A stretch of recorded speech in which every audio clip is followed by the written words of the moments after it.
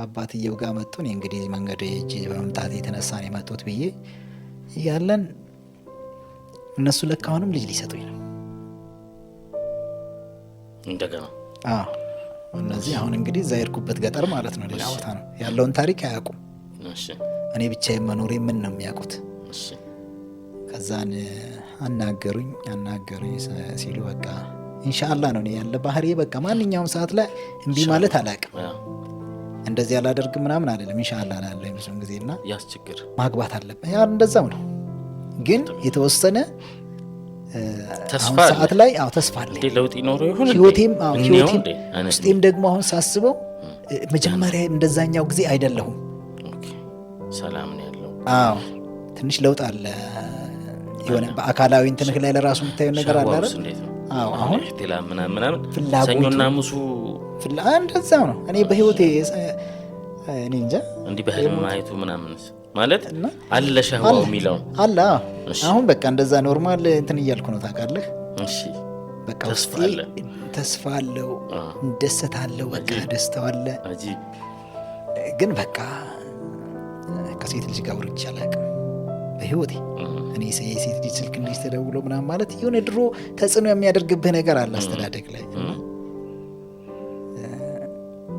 በክርስትና ስትኖር ታውቃለህ ያ ነገር የለም ማለት አይደለም።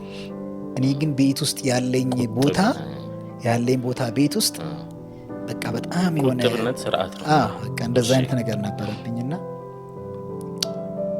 በኋላ ላይ መጣው ተናገሩኝ። ኢንሻአላህ ነው አንድ ሳውዲ ቆይታ የመጣች ልጅ እንደዚህ አላህን የሚፈራ ሰው በማለት ልታወራኝ ጀምራለች። እሺ የዛው ሰሞን ነው። የዛኔው ቀልቤ ወደ እሷ ነው ያለው። እቺ ልጅ ታውቃለህ ብዙውን ጊዜ ሰው እየጠየቃት ምን እያላት እድሜም ትበልጠኛለች እና እምቢ ብላ ያው ዱንያ ስላላት ዝም ብሎ ሰው ነገ ያልሆነ ቦታ ይጥለኛል በማለት አላህን የሚፈራ ሰው በቃ ንብረቱ አድርጎ የሚይዝ ነው በቃ የምትፈልገው ሰው ነው እንትን ያለኝ። ከዛም በኋላ ልጅቷ በጣም ቀርባኛለች። እኔ እሷን ነው ማግባት የምፈልገው። አልተናገርኩም።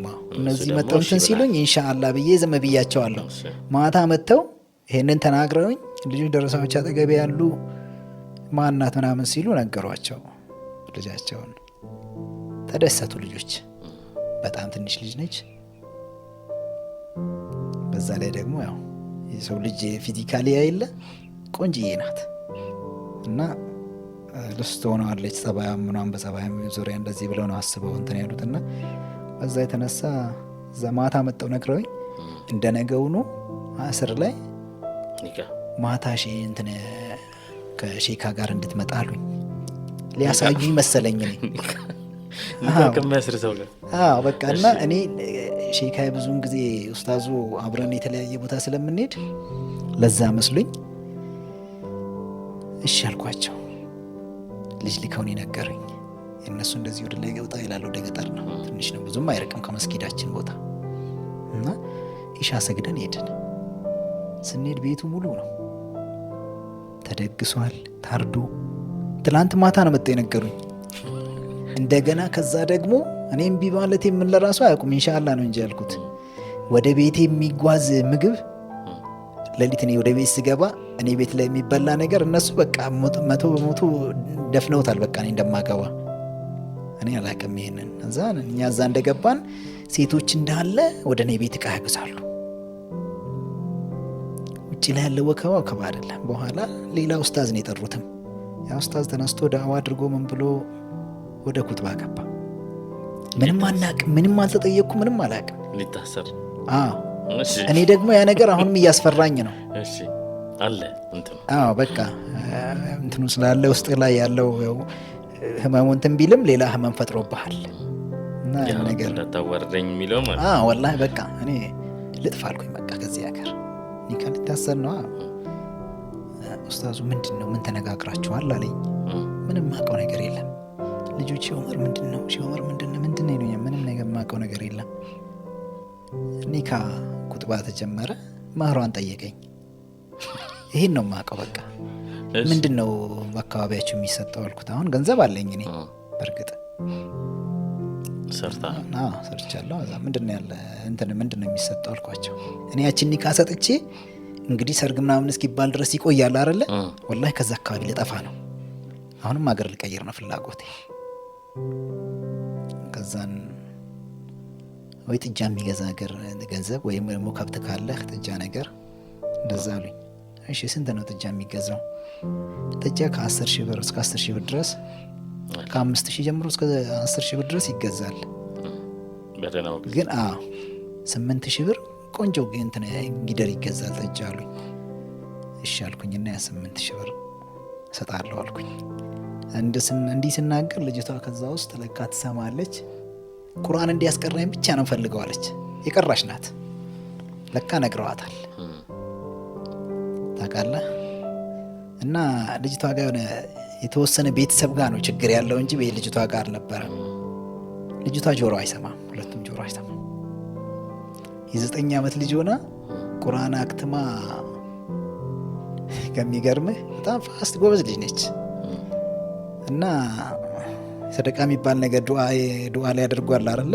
የዛን ቀን ወታ ቁርአን የቀራችውን ቁርአን ወታ መድረክ ላይ እንደዚህ ሰው በተሰበሰበበት ቦታ ላይ እንደዚህ ነው መድረክ ላይ ይባላል ማለት ነው።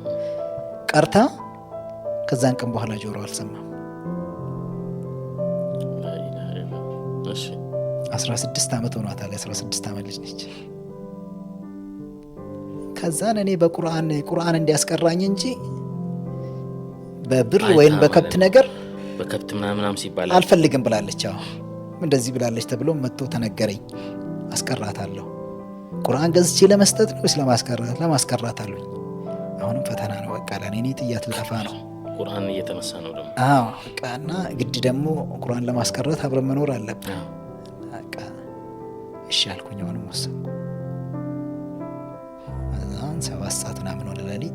ሌሊት ነው ገባን። እኛ ስንገባ እኔ ቤት ሳልደርስ የሴት ጀማዎች ይዘዋት መጡ። ከዛ መኖር ተጀመረ። ወላሂ ስንት ቀን ሙሉ እኔ ልጅቷ ጋር መጠጋት ነገር ፈራው። በቃ ምንም ነገር ማለት ያው እኔ ፍራቻውም አለ ውስጤ ላይም ነገር እንደዛ ስላለ ያችንም እንደዚህ ስላጣኝ አሁንም እንደዛ ይሆናል። ከዛም በቃ በኋላ ላይ ኡስታዙም ሰውም እየተያየቀኝ ምን ሲል በቃ ችግር አለብኝ ብዬ እንዴ ልናገር። ችግሩ እንዳለ ነው። አልተቀረፈም። ምንም ነገር አልተቀረፈም። ልጅቷ ግን ሰብረኛ ናት። በቃ ምንም ነገር ወላሂ አብረን መኖር ጀመርን። አመት ሞላን። ምንም ነገር የለም። ምንም ነገር የለም። በቃ ከዛን 2ኛ ዓመት ላይ ቢያንስ የሆነ ትንሽ ድፍረቱም ምንም የሆነ ነገር እንትን እያለ መጣ። መላመዱ አለ። እቺ ልጅ ላጣት አልፈልግም። በህይወቴ ወድጄ ያለው ሰው እኔ እንደሷም ወዶ የለም። ከሚገርም ላጣት አልፈልግም። መጥፋቱ ሁሉ ነገር ያሳሳኛል። በቃ እና ከዛም በ2ኛ ዓመት ላይ አረገሰች። ኖርማል ሆነ። በቃ ትንሽ ቢያንስ ኖርማል ባይሆን ኖርማል አይደለም ግን ያው ይሁን መላመዱ ሲመጣ ስሜቱም እየመጣ ነው። ትንሽ ለውጥ አለው። እሷም ደግሞ እየተረዳች መጣች። ከዛ አረገዘች። ያ ልጅ ተወለደ። ወደ 8 ወር ምናምን ደርሶ ሞተብኝ። አሁን ልጁ 4ኛ ያ ረቢ ያልኩን በቃ ልጅ የሚባል ነገር እንዳትሰጠኝ አልኩ። ወላሂ አንድ ቀን አብረን ቁጭ ብለን በቃ አዘንኩኝ፣ በጣም አዘንኩና እኔ ህይወቴ እንደዚህ ነው፣ ከፈለግሽ ከኔ ጋር ሆነሽ ልጅ ማሳደግ አትችይም ተብያለሁ። ደግሞ ታውቃለህ ከዛች ከመጀመሪያ ባለቤቴ የተባልኩት ነገር ስለነበር። ምንድን ነው? የመጀመሪያን ባለቤቴን ያፋቱኝ ቤተሰቦቿ ናቸው። ካንተ ጋር ሆና ልጅ ማሳደግ አትችልም ተብዬ ነው የወሰዱብኝ። ተጣልተን አይደለም። ልጅ 3 ልጅ አልሞተብኝም። ልጇን አይቼ ማሳደግ አለብኝ አለኝ አባቷ። ከሚገርምህ ከአራስ ቤት አርሼ ራሴ ነኝ ማርሰው። ምን ብለው የገጠር ልጅ ነች ታውቃለህ። እና ሁሉ ነገር ራሴ እዛ ጋር የሆንኩ እያለ አባቴ ቄስ ነበር አሉ። ጠርቶን ቤት ተደግሶም ብሎ ጠርቶን ካደርን በኋላ ጠዋት ላይ ልንገባ ስንል አትገባም አለኝ። ለምን ስለ በቃ አንተን እንደዚህ የሚያደርግ እርግማን ነው። አባቴ ቄስ ነበር አሉ። ታቦት ተሸካሚ ነው። የቤተሰቦች እርግማን ነው ልጅ እንዳያድግልህ ያደረገው እና እኔ ደግሞ ልጄን ወልዳ ልጇን ማሳደግ አለብኝ አለኝ። ሙስሊም ነው። ያ ነገር ውስጥ ላይ አለ እና በቃ ይኸኛው ሲደገም በቃ እኔን በልጅ ምክንያት እንትን የምትይኝ ከሆነ ግን ምንም ሸክ የለህም ማለት ይሄ እርግማን ምናምን የሚለው ነገር መሆኑ እርግማን አይደለም። ሁሉም ነገር ቀደር ነው ታውቃለህ። ግን ያ ቀደር ሆኖ እሱ ግን በዚህ ትንብለው ቀደር ሆኖ እመጣልሃለሁ ሌላ ኬዝ አለኝ። እና በቃ ያቺ ልጅ ልፍታሽ አልኳት። እኔ እወድሻለሁ የፈለገ ነገር ቢሆን መቼም ቢሆን በህይወቴ ላጣሽ የማልፈልገው ሰው አንቺን ነው። ግን ደግሞ አንቺ ልጅ ነሽ ዛሬ እኔ ከአንድም ሁለቴም ሶስቴም አራቴ ልጅ እንደዚህ መቅበር ከዚህም በኋላ እኔ በቃ ከአላህ ጋር ሰላም ሆኜ ብቻ ሰግጄ መኖር ነው እንጂ የምፈልገው ልጅ አልፈልግም። ምን አለችኝ? ዑመር አለችኝ አላህን ፍራ አለችኝ። አመት በአመት ወልዳለሁ፣ አመት በአመት ይሞት አለችኝ። አላሁ አክበር ወላሂ እንዲህ አለችኝ። እዛን ደነገጥኩ። ወላሂ ደነገጥኩ፣ በጣም ደነገጥኩ። እዛን እንዴት አልኳት። በቃ መሆኑን አጣኝና ትችያለሽ አንቺ ትቋቋሚያለሽ እንደዚህ ወላሂ አላህ ነው ሻሂድ ያለችኝ። የፈለገ ነገር ቢሆን አላህ በዚህ የሚፈትነኝ ከሆነ ለእኔ እኮ ልጆቼ እኮ ለእኔ አሉ አለች። በቃ ወላሂ ነገ እኮ በአላህ ፊት አገኛቸዋለሁ። አዎ የእኔ ልጆች እኮ አልሞቱም አለችኝ። በቃ ወላሂ እንዲህ ያለችኝ እና እኔ ያው ጽናት የለኝም እንደዚህ አይነት ነገር። በቃ በጣም አዝኛለሁ እና ምንም ነገር እንዳታዝን በየአመቱ ወልዳለሁ አለችኝ። እዛ እንደዚህ እያል ሁለተኛ ልጅ ተጸነሰ። በዚህ መካከል ተቸገርን ታውቃለህ። ስራ ሁሉ ጠፋ፣ ኮንትሮባንዱ ተያዘብኝ፣ ታመምኩ። ያ ነው ወይስ ሌላ እንደሆነ እንደ ሲር ነገር እንትን ብሎ ሲያበቃ በቃ እዛው አካባቢ ደግሞ እጄ ሁሉ እንደዚህ ሆነ። እጄ ተቆላለፈ። ሲር እጄ አልነሳም። እሷ ነች የምታገላብጠኝ፣ ሽንት የምትቀበለኝ፣ ምን ሁሉ ነገር በቃ ያለ ነገር እንዳለ አለቀ። እዛን እቃ እያወጣን መሸጥ ጀመርን። እቃ የተሸጠ መብላት፣ መታከም፣ ሕክምና ሲባል ምንም ነገር የለም ኖርማል ነው። በቃ እዛን ያ ነገር መጣ። ኒቃቧን ለብሳ ቡና ቤት አፍልታ በፌርሙዝ ይዛ ወጣ መሸጥ ጀመረች። ኒቃቢስት ነች፣ ሰው አይጠጣላትም፣ አለማደም ሰው እንደዚህ አዙራ ኒቃብ ነች እንዲህ አውጪ ብሏታል። ወንድ ትሆኚ ሴት ምንሽን አውቀን ነው እንደዛ ይሏታል። ቡና ለመጠጣት ኒቃብ ሽንቀረች ታለቅሳለች። መጣ በኋላ ላይ የምናደርገውን ስናጣ ሁሉ ነገር አለቀና ቁርአን እየተቀራልኝ ምን እያለ ትንሽ ሰውነቴ መፍታታት ጀመረ። ምን አደረግኩኝ? ከዛ መራቅ ነው። እናትየዋ ምን አለቻት? ላውድ ላይ አድርገህ ትንሽ ትንሽ ትሰማለች ታውቃለህ። እሱንም እንደዚህ አይነት ስልኮችን ሳይሆን እንደዚህ ትናንሽ ስልኮች አሉ ድምጻቸው የሚጮህ እንደዚህ አይነት ነገር ጩኸህ ነው እንጂ የምታወራት በሚስጥር አጠገቧ አትሰማማ። እዛን በዚህ መካከል እቃ ሸጥን፣ በቃ ጨራረስን። እኔ ትንሽ እየተሻለ መጣ። ምንም ነገር በቃ የሚሄድበት ቦታ የለኝም፣ ምንም ሰው አልጠይቅም። እንደነገርኩ መጣን ወደ አዲስ አበባ። አዲስ አበባ እንግባ አልኳት። አዲስ አበባ መጥተን የት ነው የምናርፈው?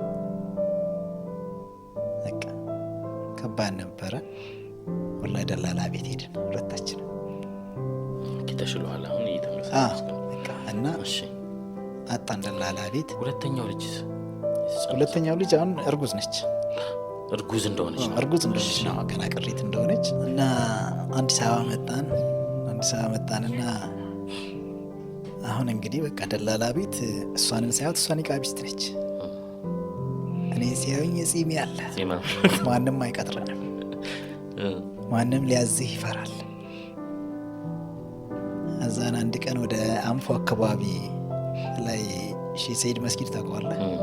ወደ ውስጥ ገባ ብለህ ቆርቆሮ ነበር የዛኔ መጀመሪያ ገና እንትን እንዳለ የሆነ ሸራ ነገር ከላይ ቤቱ ሲሰራ እዛ ነበርኩ እኔ፣ እዛ አካባቢ ላይ ነበርኩ። እና አንድ የሆነ ቀን እንዳውም አስታውሳለሁ ቤቱ ሊሰራላ ሰበብ ሲያደርገው መግሪብ አካባቢ ላይ እንትን ሲል እየሰገድን ዝናብ ዘነበብን። ሸራውን ጣጥሶት ምናምን የዛን ያፈራርሰውት ከላይ ላያችን ላይ እንዳለ ቤት ውስጥ ጎርፍ ብቻ ሆነ። የዛን ሳይሰራና የዛን አካባቢ እዛ ነበርኩኝ። አንድ የሆነ የስልጤ ልጅ ተዋወቅኩኝና ኡስታዝ ነው እየሄደ ቁርአን ያስቀራል። እኔ ቁርአን እንኳን ማስቀራት አልችልም። አቅሙን አጥቼ አይደለም፣ ወይም ቁርአን እንደዚህ ሳይሆን ማስረዳት ምናምን እንደዚህ አሁን ከሰው ጋር አልችልም። በተፈጥሮ በቃ ወጥቼ የሆነ ነገር መናገር አልችልም። በህይወቴ የለኝም ልምዱንም ሳይል ሲቀር እንደገና ድጋሚ ቀስ እያልክ ከዛን እሱ እንደዚህ አይነት ነገር እንድሰራ ነው የፈልገው። እዛን ሞከርኩኝ። ንግዱ ነው እኔ ንግድ ነው በቃ ንግድ ህይወቴ ነው በቃ የፈለገ ነገር ቢሆን በንግድ እንትን ብል እኖራለሁ ብዬ በቃ አላህ ያኖረኛል ብዬ የማስበው ነገር እሱ ነው። እና እዛው አካባቢ ያለሁኝ በቃ የምናደርገውን አጣንና አንድ ደላላ ቤት ሄጄ ቀን እዞራለሁ። በቃ እሷ ከልጁ ሚስት ጋር እዛ ነው የምትውለው። እዛን እየዞርኩኝ አንድ ቀን አለም ባንክ ላይ አንዲት ደላላ ቤት ገባሁ። ሴት ልጅ አናገርኳት። እኔ አናግሬያት ከመውጣቴ የሆነ ስራ ተገኘ። ፎቅ ነው፣ ፎቅ መጠበቅ ነው። ገና እየተሰራ ያለ ፎቅ ጥበቃ። እዚህ እዛው ከአንፎ ወደታች ወደ 105 ነው ምናምን እንዲህ የሚባለው ጠፍቶኛል ወላሂ። በመስጊዱ በሜዳ መስጊድ የሆነ መስጊድ አለ አይደል? እዛ ጋር ከአለም ባንክ ወደ ላይ በሱ ወደ ውስጥ ገብታ ነው። ደህና ትልቅ ሰው ደህና የሆነ በቃ እንትን ያለው ሰው ነው የምንፈልግ ብለዋል። ቶሎ ና አለችኝ። ደውላ ትንሽ ስልክ አለኝ። እየሮጥኩ ሄድኩኝ። ሲሄድ ሰዎቹን ደወለችላቸው፣ መጡ። ልጁ አየኝ፣ ደስ አለው። ሲያየኝ የምፈልገው ሰው ነው በቃ አለ። በወር 500 ሊከፍለኝ። እሺ አልኩኝ፣ ተደሰትኩኝ። በቃ መሆኑን አጣው። ሄጄ ቦታ አሳዩኝ። ከዛ እንደገና ገብቼ ቤት ይሄንን እንደነገርኳቸው አሁን ለሷ ስራ መፈለግ አለብን። ልጁ ምንም ስራ የለውም። ሄዶ አንድ ቤት ቁርአን ያስቀራል። ከዛን ውጪ ፌስታል ነው የሚያዞረው። እዚህ መርካቶ ላይ አብሬው እያለሁ ደግሞ መርካቶ ላይ አብሬ ዙሬ ያለው አዲስ አበባን አላቃትም። ከሱ ጋር የት እንደወሰደኝ አላቀኑ። ሙሉ ስንሄድ ብለን ሳንሸጥ የገባንበት ቀን አለ ፌስታል ወላሂ። እና ያንን ነገርኩት። ስነግረው በቃ ለኢክራም ነው የሚላት ታውቃለህ። እና ለኢክራም ስራ እንፈልግላት አለኝ። ሰው ቤት ትግባ እሷም የተወሰነ ጊዜ። እሺ አልኩት። እዛን አንድ እሱ የሚያስቀራበት ቤት ሴትዮዋ ወልዳ እንደዚህ ያለች እና የኔዋ ኦሮምኛ እንጂ አትችልም። እነሱ ስልጤዎች ናቸው። አማርኛና ስልጥኛ እንጂ አይችሉም። ከዛን ሲያዋት ደስ አላቸው። አደብ አላት።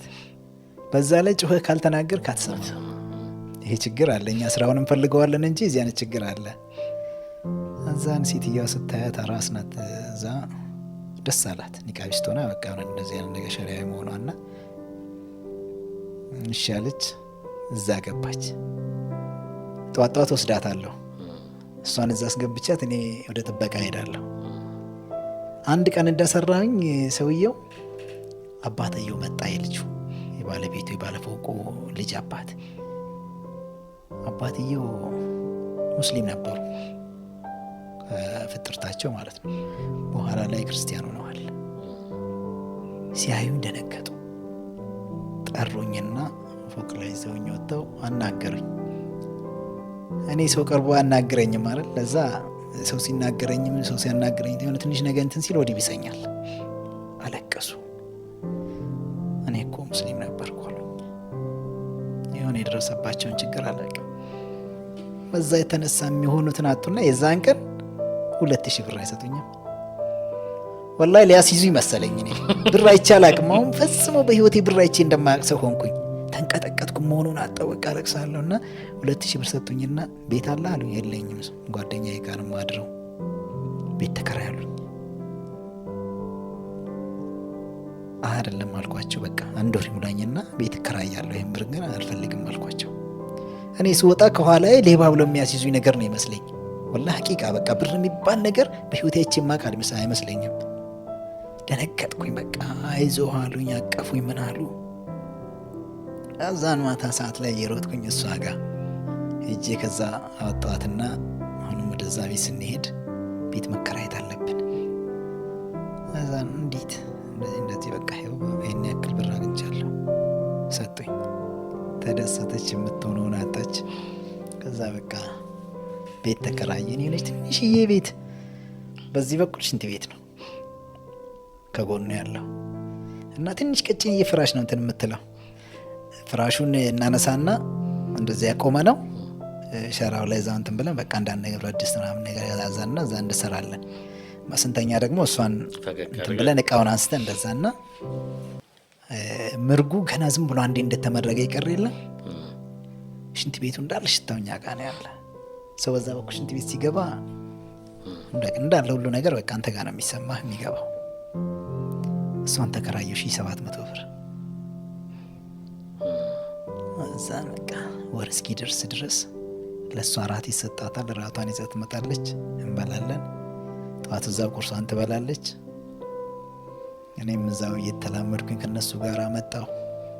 ውሃ ማጠጣት እንደገና በፊት ውሃ የሚያጠጣውን ልጅ ያስወጡና ለእኔ ሰጡኝ። እሱም 1500 ብር ነው በወር። ጠዋት አጠጣለሁ፣ 2 ሆነልኝ። እዛን ያንን እየሰራው ምን እያልኩኝ በኋላ ላይ ያ ከዛ ያስወጡት ልጅ አላስቀምጠኝ አለ። የእንትን ነው የጎንደር ልጅ ነው። እዛ አካባቢ እንዳለ ያሉት የጎንደር ልጆች ናቸው። እና አላስቀምጠኝ አሉ። በቃ ልየሉኝ ሆነ። አንድ ቀን እዛ ወራፍ ላይ ቅጥቅጥ አራዊን ስንሆነ በዱላ በቃ በኋላ ላይ የሆነው እነሱ ሄደው ፖሊስ ጣቢያ ማመለከቱ ምን አሉ፣ ምንም ነገር በቃ ልጆቹ ሊመለሱ አልቻሉ። ተውኩኝ፣ ያንን ስራ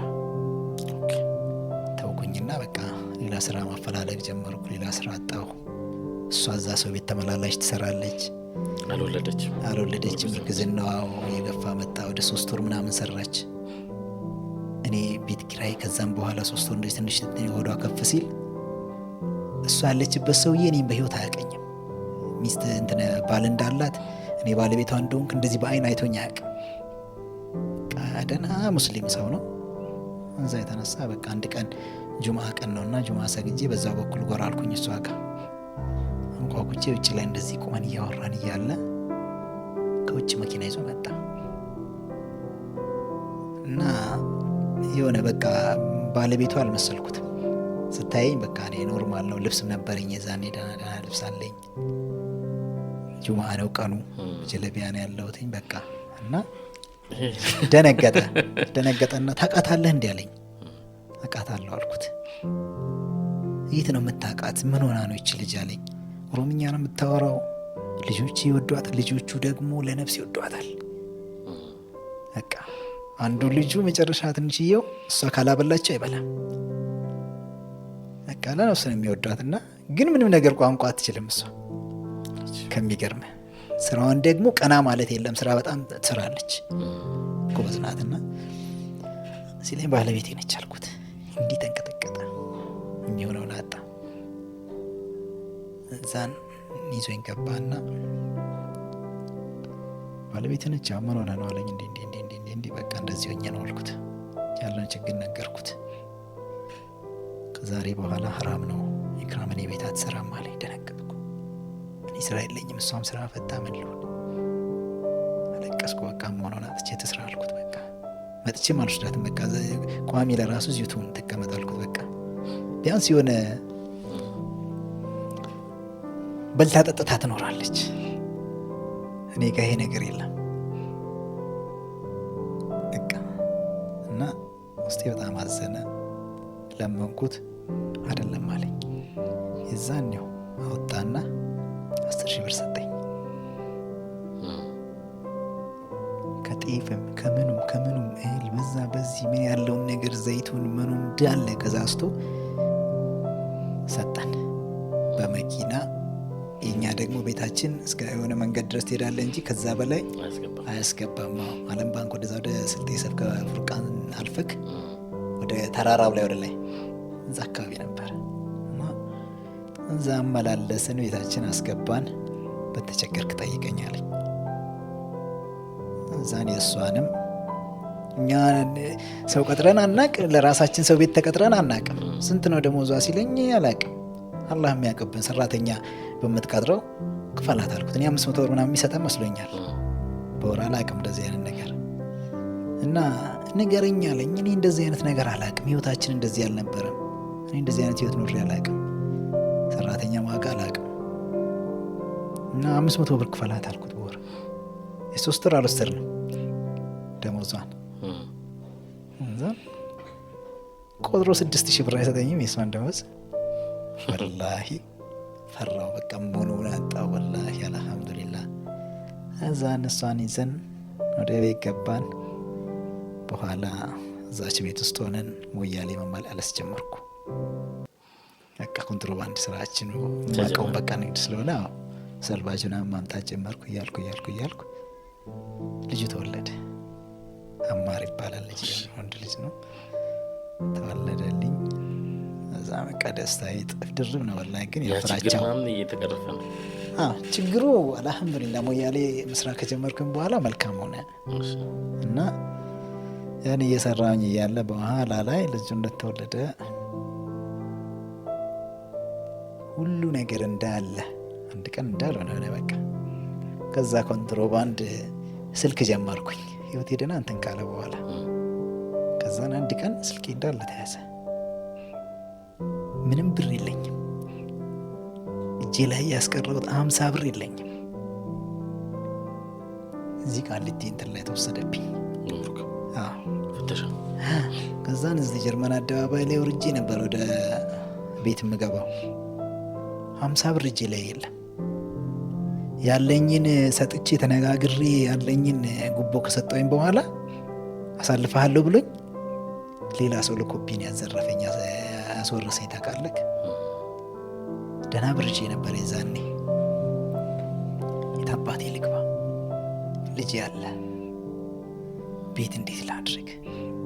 በቃ መሆኑን አጣው። ቤት ውስጥ እንደዚህ የሚበላ የተወሰነ ጊዜ አለን። ለራሴ ነኝ አስፈጭቼ የማስገባው ምንም ብለው በቃ ደህና ኑሮ እንትን እያልኩ ነበር። በኋላ ላይ በቃ አሁንም ያ ችግር መጣ እንደገና።